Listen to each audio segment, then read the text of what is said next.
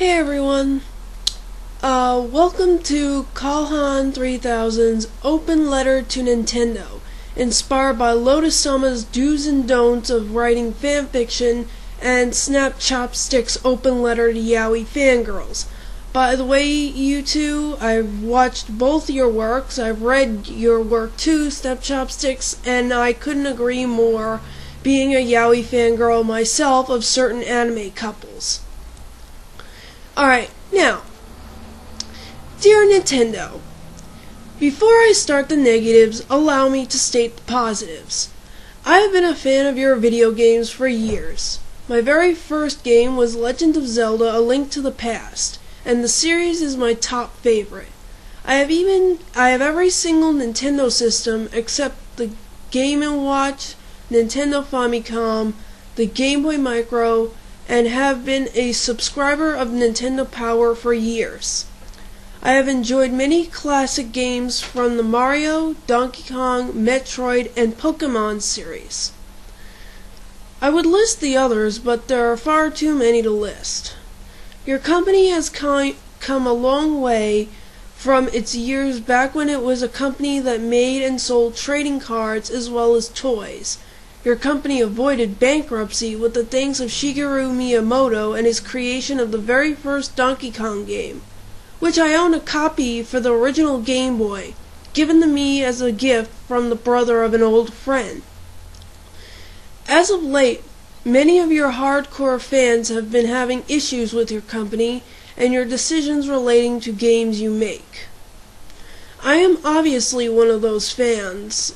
I'm going to try to be as respectful as I can, and if I sound rude in any way, please forgive me. After you are done hearing what I have to say, you can decide what will happen. You're the company in charge and have every right to make your own decisions. I am just a simple and long-time fan and lover of video games who wishes to state the problems I have noticed of recently and hope you will take what I have to say to heart and decide to make some changes.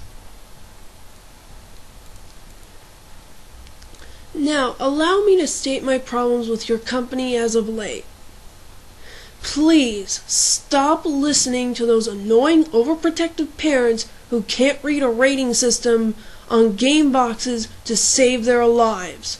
Your company is well known for being careful and strict about the content in your games so as to avoid problems such as these. But you most likely see, as well as I do, that this isn't working, as the problem is not the games, but the parents. You have done more than your share to provide parents with the information needed to choose a game that they find acceptable for their children. If they fail to use the rating system when buying a game, it's their fault. Young children cannot buy mature or M-rated games without ID. And you need to be 18 in order to get a state ID card. So obviously, it's not the children, but the parents buying these games for the kids, not the kids themselves.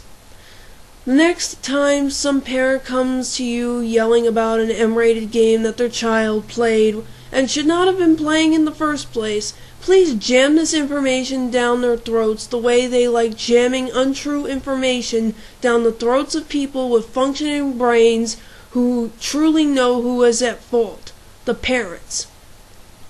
This may seem a little bit extreme, but think of the extremes that these people are taking the issue through.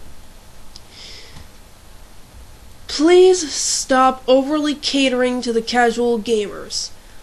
I'm not saying stop making games for casual gamers, I'm saying to please tone it down.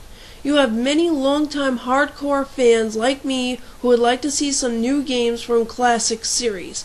I would love to see a new Donkey Kong game.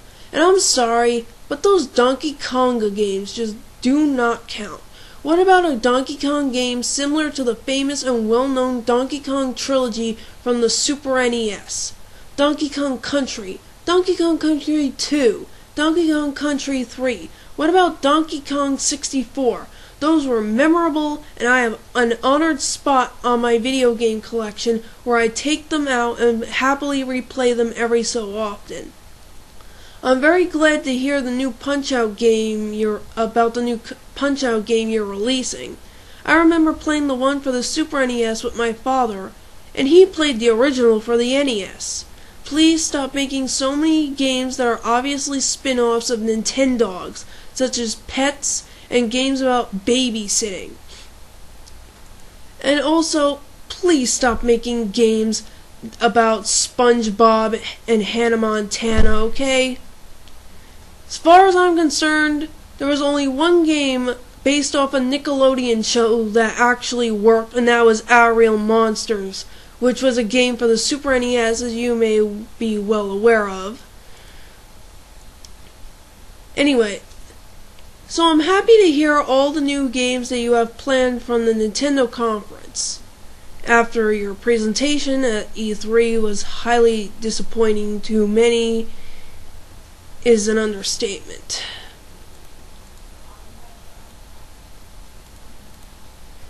I'm going to be blunt, as I often find that sugarcoating fails to bring the message across thoroughly.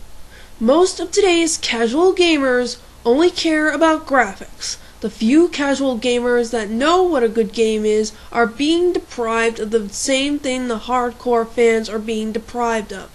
Playing Legend of Zelda Twilight Princess, while a good game, did not meet the same standards that its predecessors have. I, along with many hardcore longtime Zelda fans, found the game overly easy, along with casual gamers who know what a good game is. The casual gamers who wouldn't know a good game if it smacked them in the head with a Wii remote say that it was overly hard and too difficult to figure out, despite the characters telling them what to do and where to go. They want a game so easy that they might as well have a member of Nintendo playing the game for them. The games they like are ones that have good graphics and nothing else. And sadly, I see Legend of Zelda Twilight Princess as a game that is games over graphics. Very much.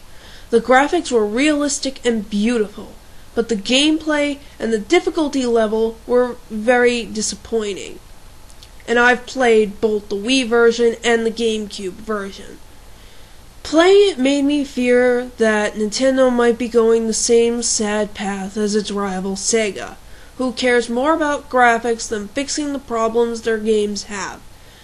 Nintendo has been known to put its customers first when it comes to games, and I respect that, seeing as some companies don't do this and care more about money than making their fans happy.